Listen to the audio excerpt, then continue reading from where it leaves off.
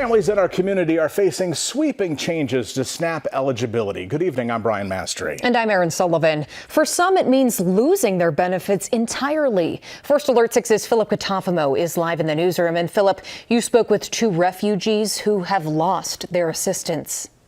Yeah, that's right, Brian and Aaron. Alexander Ovechuk is one of the countless other refugees in Nebraska that no longer has SNAP benefits. These changes are part of a government funding bill and will impact more than just this community of people. Ukrainian refugee Alexander Ovechuk suffers from multiple sclerosis. Benefits like SNAP are important to him, but now that assistance is gone. My family is here in Omaha, so we are not sure what can happen with us, with me, with my family, other communities, tomorrow, next week, next month, and next year. So we are scaring this issue, this problem.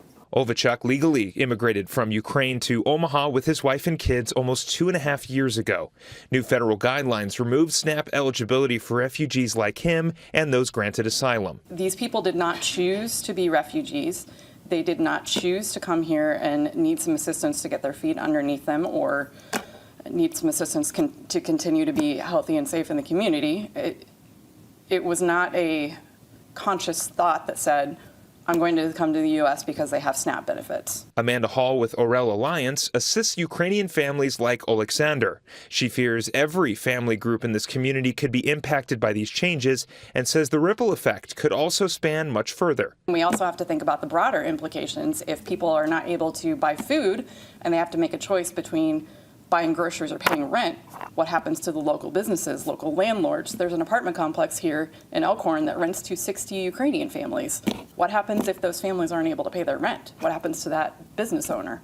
Amanda says Orel is trying to fundraise despite cuts from the government. What is a very real concern of mine and my board of directors is, what happens if these people cannot work, cannot eat? Are we going to have Ukrainian refugees on the streets of Omaha becoming part of our homeless population? Without a legislative solution to fix the USCIS delays and a legislative solution to fix the SNAP and Medicaid cuts, I don't know what's next. Alexander says he is looking into his options to make up the benefits he has now lost. At this time, we all members of my family, we are using Omaha food banks, different food banks. And the second way, we would like to say that, Omaha nonprofit organization, Orel Alliance, and this organization is very helpful for me and for my family. Despite uncertainty, Alexander is optimistic. He believes the situation will improve with time. In the newsroom, I'm Philip Katafamo, First Alert 6. Back to you, Aaron. Philip, thank you. Now, other changes for eligibility include expanded work requirements for able-bodied adults. People between 18 and 64 years old will either have to work, train, or volunteer at least 20 hours per week, and households receiving a qualifying payment must have an elderly or disabled member in the household to have standard utility allowance automatically applied to their case.